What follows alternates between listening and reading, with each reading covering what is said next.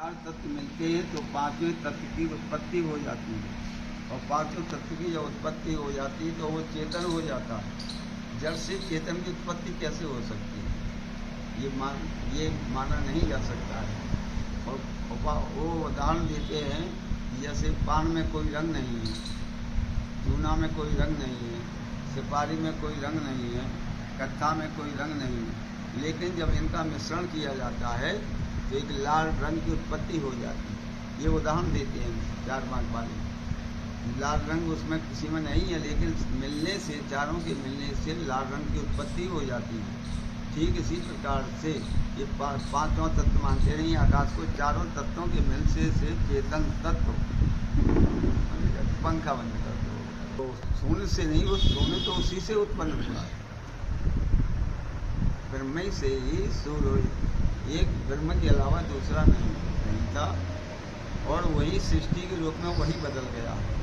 तो हमारे धर्म में भी लोग इस बात को नहीं मानते, दूसरे संप्रदाय के, दूसरे सिस्टम के। और ऐसा है कि मैंने बताया नहीं मानते। अगर सबका एक मत होता तो 6 शास्त्र बनने की क्या जरूरत थी। अपने 6 शास्त्र हैं ना, अगर सबका सभी हमारे आचार्यों का एक मत होता तो 6 शास्त्र नहीं होना चाहिए, कि शास्त्र होना चाहिए, लेकिन नहीं माना है। किसी ने द्वैत को माना है, किसी ने द्वैत को माना है, किसी ने विशिष्टाद्वैत को माना है। एक वेदांत है जो आदिगुरु शंकराचार्य जी ने प्रतिपादन किया कि एक अद्वैत के अलावा कुछ है नहीं। तो हम अद्वैतवादी हैं, वो दूसरे मानते रहे भाई।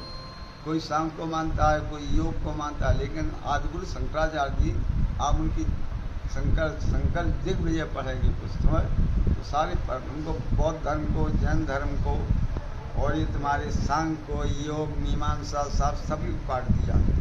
क्योंकि सांख्य है, वो आत्मा और परमात्मा को एक नहीं मानता है। वो हमारी ये उपनिषदों के मंत्री हो जाएंगे, सब गलत हो जाएंगे। वदन्तु शास्त्रान जंतु देवान कुर्वन्तु कर्मान् भजन्तु देवता आत्मेक बोधेन, आत्मा और ब्रह्म की एकता के बोध के बिना मोक्षा न सिद्धति।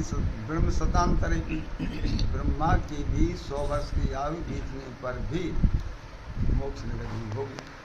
तो हम लोग तो मानते हैं वेदांते कि आत्मा और परमात्मा दो नहीं है, एक ही है। मोक्ष क्या है महाराज जी? मोक्ष कुछ नहीं,